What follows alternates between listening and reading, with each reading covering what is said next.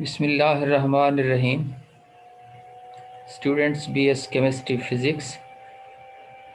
In organic chemistry में हम study कर रहे थे केमिकल बॉन्डिंग। उसमें वैलेंस बॉन्ड थ्योरी हमने स्टार्ट किया हुआ था, तो उसकी जो थ्योरी है वो लास्ट हमने स्टडी की थी। उसकी एप्लीकेशंस आज का हमारा टॉपिक है, तो उसे बिस्मिल्लाह करते हैं। देखें, इसकी जो एप्लीकेशंस हैं वैलेंस बॉन्ड थ्योरी की, it follows the logical quantum mechanical extension of the Lewis theory of the electron pair formation. Since pairing the two electrons spin takes place, valence bond theory is therefore also called electron pair theory. This theory pictures the bond as forming from pair of electrons having opposite spins. Thus, it is necessary that atoms involved in bond formation should have unpaired electrons in them. The number of unpaired electrons would give rise to equal number of bonds. The isolated number of paired electrons is considered to be the lone pair in this theory. Let us apply approach for various molecules. अच्छा, देखिए fluorine का जो molecule है, इसकी आप configuration करें।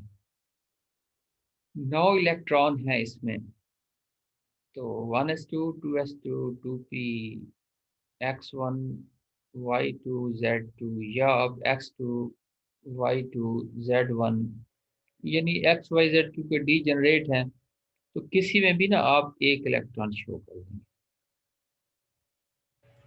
तो जो पेयर्ड है उसमें नहीं है, जो अनपेयर्ड इलेक्ट्रॉन उसकी आप देख रहे हैं कि स्पिन जो है वो अपोजिट स्पिन है इसमें। ये देखें, ये आपस में पेयर अप होकर एक बॉन्ड बना देंगे, फ्लोरीन मॉलिक्यूल बन जाएगा।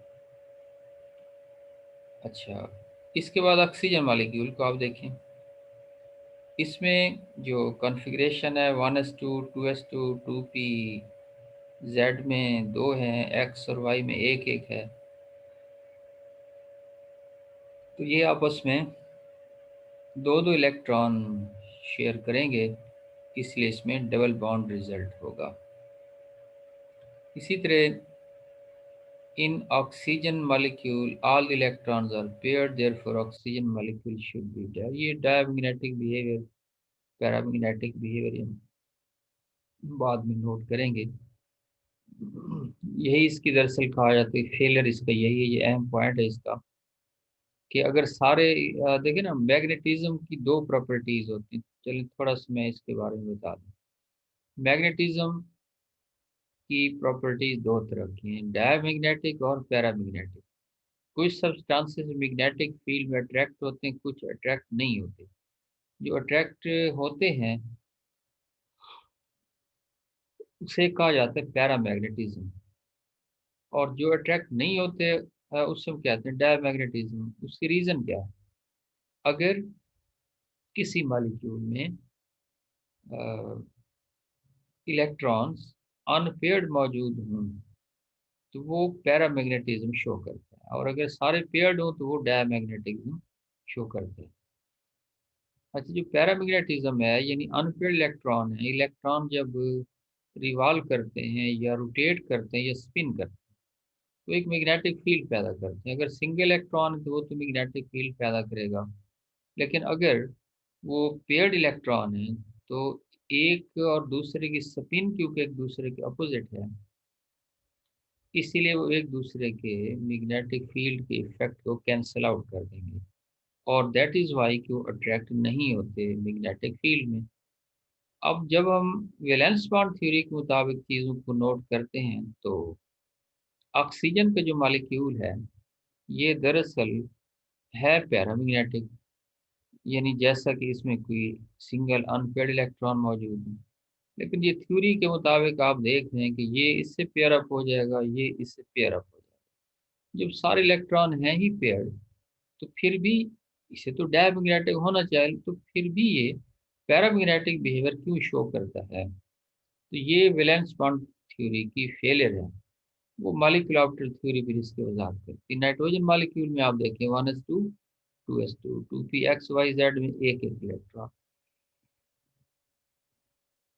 यही इलेक्ट्रॉन फिर पेयर अप होंगे तो ट्रिपल बॉन्ड नाइट्रोजन मॉलिक्यूल में आ जाएगा। क्योंकि सारे पेयर इलेक्ट्रॉन है तो इसमें ये तो शो करता है बिहेवियर डायमैग्नेटिक। अच्छा, ये तो दो लाइक एटम्स के दरमियान बॉन्ड था। अब अनलाइक एटम है नाइट्रोजन और अमोनिया की फॉर्मेशन है।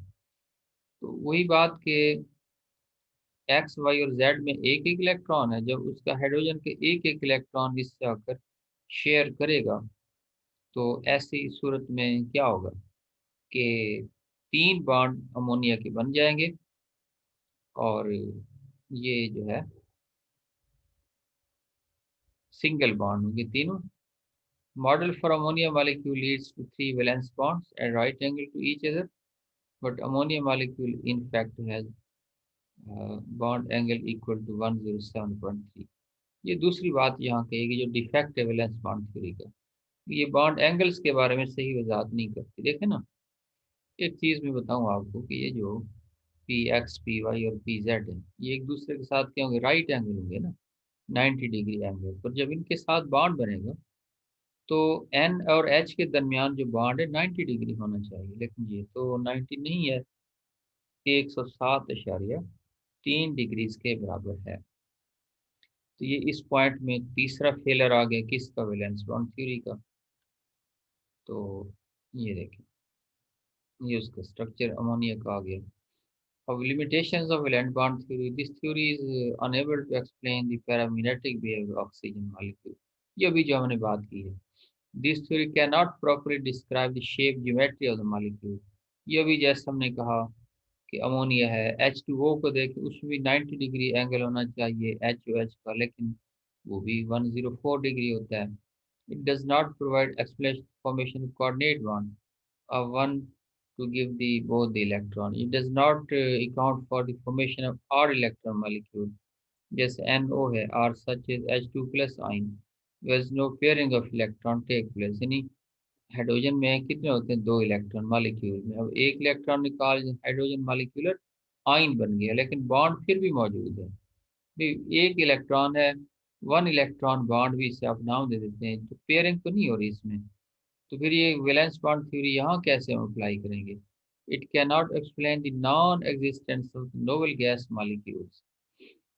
तो it does not provide explanation for the presence of fractional bonds in many molecules. Benzene है, इसी तरह कार्बोनेट आयन है, तो ये इस तरह से इसकी वजाहत नहीं है। This theory is also unable to explain bonding in electron deficient molecules. कैसे BF3 है, BeH2 है, बेरिलियम क्लोराइड है, बोरान का है। अब इसी वैलेंस बॉन्ड थ्योरी की देखें ना, जो हमने कहा था कि bond is form by overlap of the half field orbitals. तो ये जो ओवरलैप है ये दो किस्म का है। तो एक है उसको हम कहते हैं लीनियर ओवरलैप, एक होता है उसको हम कहते हैं पैरेलल ओवरलैप। उसी बुनियाद पर ये दो किस्म के बॉन्ड बनते हैं, एक को हम सिग्मा बॉन्ड कहेंगे, दूसरे को पाई बॉन्ड कहेंगे। सिग्मा बॉन्ड एक covalent bond which is formed between two atoms by the overlap of atomic orbital along their axis। End to end or head to head overlap is called sigma bond। All the sigma bonds have axial symmetry। Since the overlap of the two orbitals along the axis is maximum, sigma bond is a strong bond। ये जैसा कि if z axis is assumed to be the molecular axis, sigma bond is given by S and S, S and P and P overlap for reasons of space and convenience। A pictorial representation of the formation of sigma bond is not always possible. Therefore, in actual practice, a single horizontal line between the two linked atoms is used to depict the sigma bond। ये diagram इसके हम आगे show कर देंगे। यानी हम sigma bond को एक लाइन पर ज़ाहिर कर देते हैं। फिर दूसरी बात ये है एक covalent bond is form by side wise overlap या लेटरल ओवरलैप या परपेंडिकुलर ओवरलैप जिसे आप कह दें। तो या उसे आप कह दें कि it is form by parallel overlap, तो उससे एक पाई बॉन्ड बनेगा। अब इसमें molecular axis pi bond is given as P X P Y और पी वाई के दरमियान overlap. Since a pi bond results from side-on overlap of atomic orbital, the regions of electron sharing are above and below the imaginary line connecting the bonded atoms. Therefore, it is weaker bond than sigma bond. Uh, तो उसकी ये एक figure इसमें हम इसकी वजाहत कर देते हैं। ये देखिए नेक्स्ट में जो है कि ये हो गया,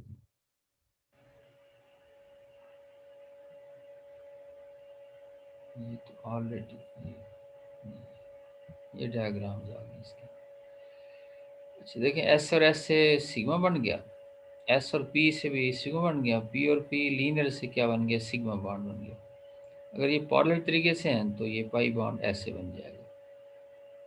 तो इसकी डायग्राम्स तो आप पहले समझते हैं, मज़ीद बेहतर अंदाज में भी आप इसकी डायग्राम शो कर सकते हैं। अच्छा जी, इसका कंपैरिजन आ गया। सिग्मा बॉन्ड वही हेड ऑन ओवरलैप से, ये लेटरल ओवरलैप से, एस एस एस पी और पी ओवरलैपिंग से, ये जो है पी और पी से।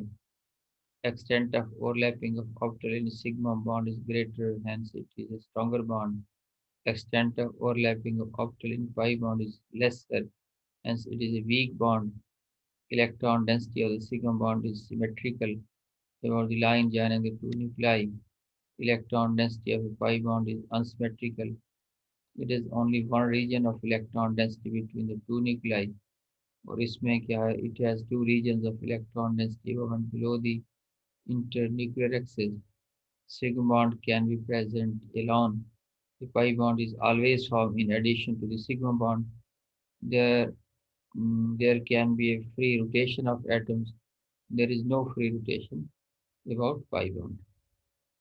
बस ये इसकी आगे कंपैरिजन आ गया। तो ये मज़ीद भी इसके पॉइंट्स हैं कि sigma bond possesses high bond energy, उसकी ज़रा कम होगी। Sigma bond is less reactive, pi bond ज़्यादा रिएक्टिव है। Sigma bond greater bond length है, pi bond has lesser bond length. अच्छा एक चीज़ यहाँ जहन में रखें कि सिग्मा बॉन्ड और पाई बॉन्ड में यहाँ एक थोड़ा सा कन्फ्यूजन आ जाता है कि जहाँ सिग्मा बॉन्ड होता है तो पाई बॉन्ड भी उसका तो वहाँ मौजूद होगा, या जहाँ पाई है उसके साथ सिग्मा ज़रूर होता है, तो वहाँ दोनों की जो बॉन्ड लेंथ है वो बराबर रहेगी।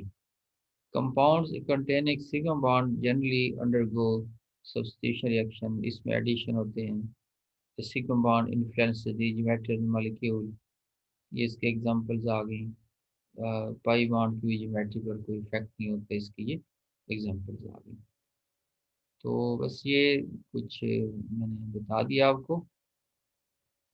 वैलेंस बॉन्ड थ्योरी, सिग्मा और पाई बॉन्ड, मज़ीद इसकी जो डिटेल है वो आप कुछ और प्रैक्टिस के तौर पर मॉलिक्यूल का स्ट्रक्चर शो कर देंगे। सिर्फ यानी इलेक्ट्रॉन के मुताबिक उसका स्ट्रक्चर रिप्रेजेंट कर सकते हैं। बाकी वैलेंस बॉन्ड थ्योरी के ना टोटल होते हैं तीन कंसेप्ट होते हैं। एक है ये ओवरलैप कंसेप्ट, एक है रेजोनेंस कंसेप्ट, एक है हाइब्रिडाइजेशन कंसेप्ट। तो हम मज़ीद नेक्स्ट जो है दो इंशाल्लाह पढ़ेंगे, रेजोनेंस भी और हाइब्रिडाइजेशन भी। तो बस आज का लेक्चर हम यहीं ख़त्म करते हैं। अल्लाह हाफिज़, अल्लाह की अमान।